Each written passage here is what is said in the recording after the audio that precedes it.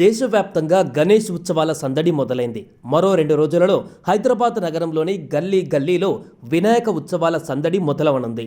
ఈ నెల 27న జరగనున్న వినాయక చవితితో నగరంలో గణేష్ ఉత్సవాల హంగామా షురూ కానుంది. గణేష్ విగ్రహాలను వాడవాడలా ఏర్పాటు చేస్తున్నారు. ఈ క్రమంలో హైదరాబాద్లోని పంజాగుట్ట చౌరస్తాలో గణేశుడి విగ్రహం తీసుకువెళ్తున్న లారీ ఫ్లైఓవర్ కింద ఇరుక్కుపోయింది.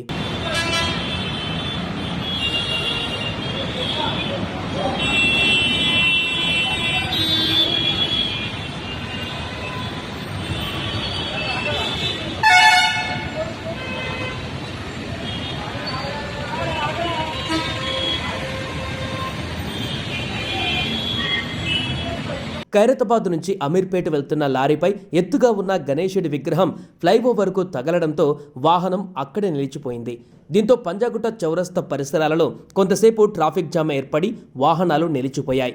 ట్రాఫిక్ పోలీసులు తక్షణమే చర్యలు చేపట్టి సురక్షితంగా లారీని బంజారాహిల్స్ వైపు మళ్లించారు. అనంతరం ట్రాఫిక్ను అదుపు చేశారు.